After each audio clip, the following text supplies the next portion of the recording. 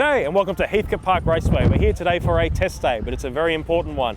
As of right now when we're filming, it's just over a week away from the 2024 edition of Drag Challenge and just 24 hours away from the start of the Hard Ass 1000, another drag and drive. So there'll be two back-to-back in 2 weeks. There's a lot of big cars here testing and some of them are mad enough to do both.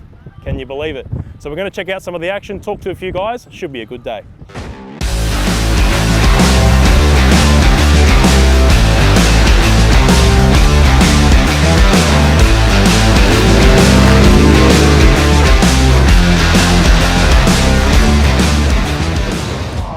Hey guys, I'm Adam Rogash from MPW in Keysborough, Victoria, and this is my 2IC Abe's XF Falcon named XF Zilla. Now, a lot of people know Abe. He's been with the business for a long time.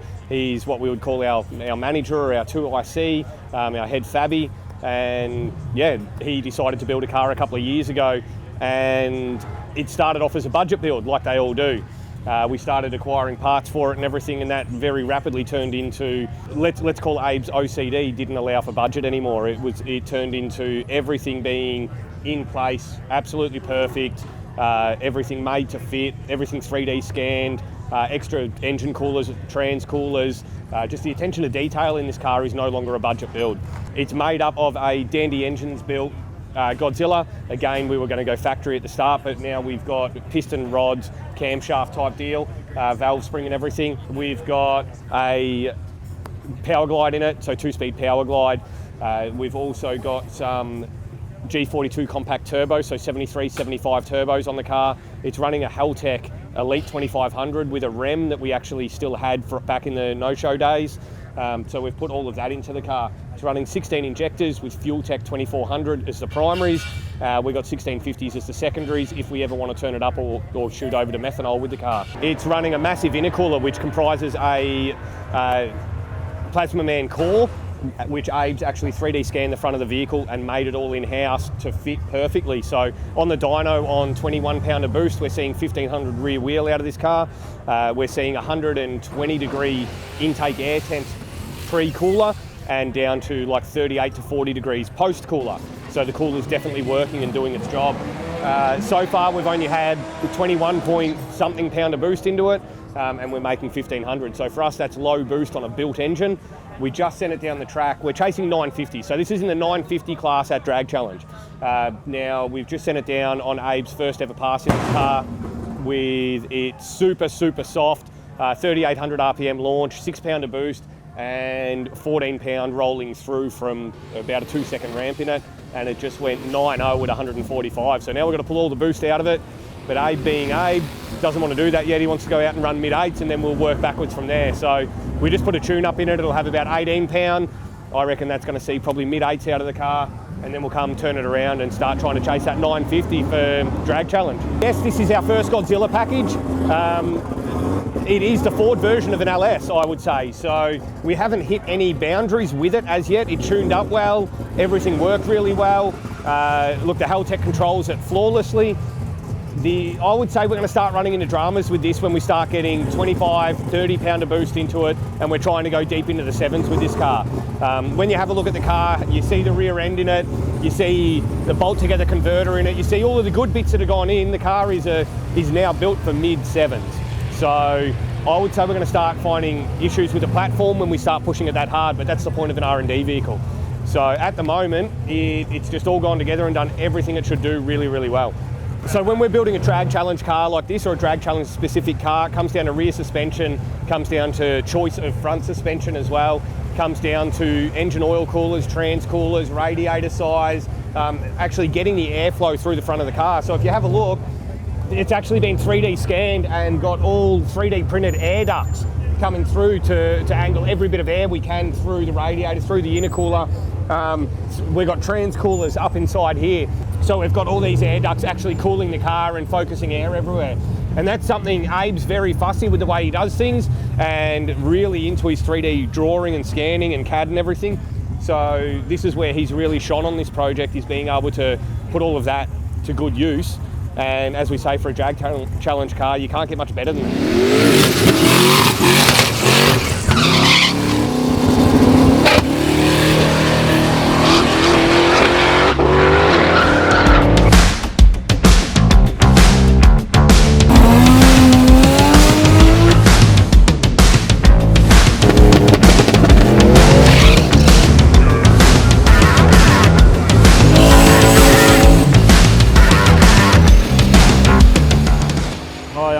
Ollie. This is my 1982 VH Commodore.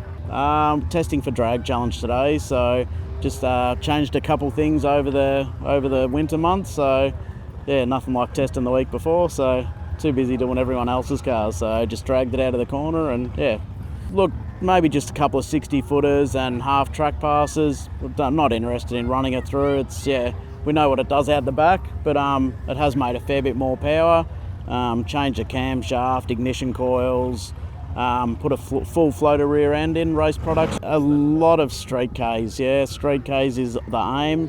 You can have a race car and bring it, but half your race cars won't make it past the first couple of days. You've really got to do the street Ks, and then plus pulling a trailer with these things, like a lot of people don't realise it puts 10 degrees, 20 degrees more temperature into everything, your gearbox, your engine running temperature.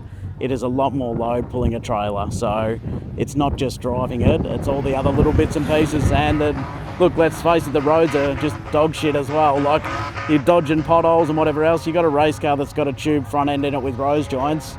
It's not going to come off well if you hit some of these potholes and that are around. So yeah, so just do them street Ks pretty well. Oh, just time with the boys. My son's coming with me again, another mate Jesse. So just a week away with the boys, and look, we just take each day as it comes. We've got an aim what we want to do at each track, without worrying about what anyone else is doing. If you worry about what everyone else is doing, you'll end up either cooking it on the first day.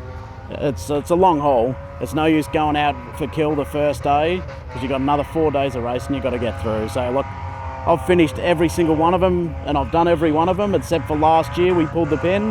It had a little bit of a rattle in the engine, and I had my ideas of what it was, and it wasn't worth risking it. So I just said, I'm not going to kill myself to get it done, but I know what it takes to get it through the week. As you say, it's not my first rodeo, so yeah. As you say, you do these Ks on things. You had an engine that's done 15 to 20,000 Ks over the last 5-6 years.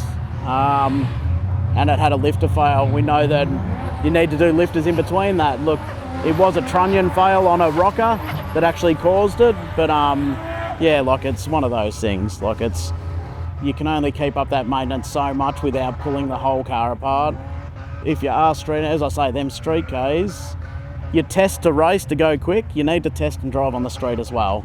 Yeah, like, especially if there's only two of you. If you've got two in the car and you've only got two crew members, you want to make it easier for yourself during the week. Like, yeah, you don't want to do it harder than what you have to, so.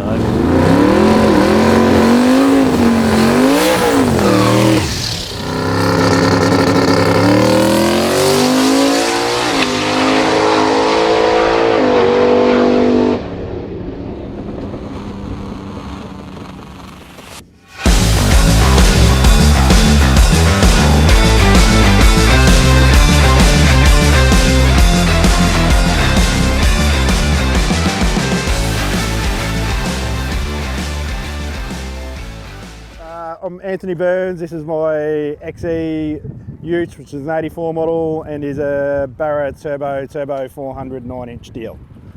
Just changed the turbo and tweaked a little bit of suspension and stuff, just seeing if it was getting any better or not, which it did PB, which was good. At 970, which had gone 990 before, so miles an hour was good. Like, bench racing it should be 950. So see if we can get 950 by the end of 2 weeks. Glutton for punishment, I guess. I don't really have much more than that. I don't know. Both are good events. I enjoy them both. Different reasons, both got different vibes. So yeah, just both good events. I just want to spend as much time drag racing and as little time working as I can.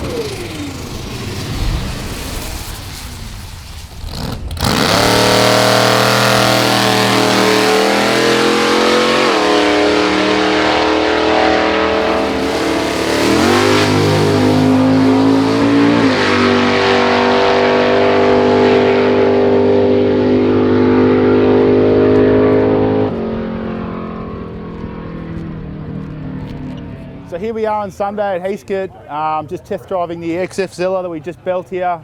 Today was the first day it's run. So what's happened? We've had a pretty good day really. We went out to run 9.5s because that's a bracket we're going to run in and drag challenge. I got a bit eager, I guess, and we almost got that 8 with only getting, not quite a full pass in. So we said, stuff it while here, let's get an 8 done. We've done that, which is fantastic, and I think we ended up with an 860. Last pass of the day, we ended up with a 950. So we can safely say we've got a tune-up ready for drag challenge, and we're going to look forward to the week ahead.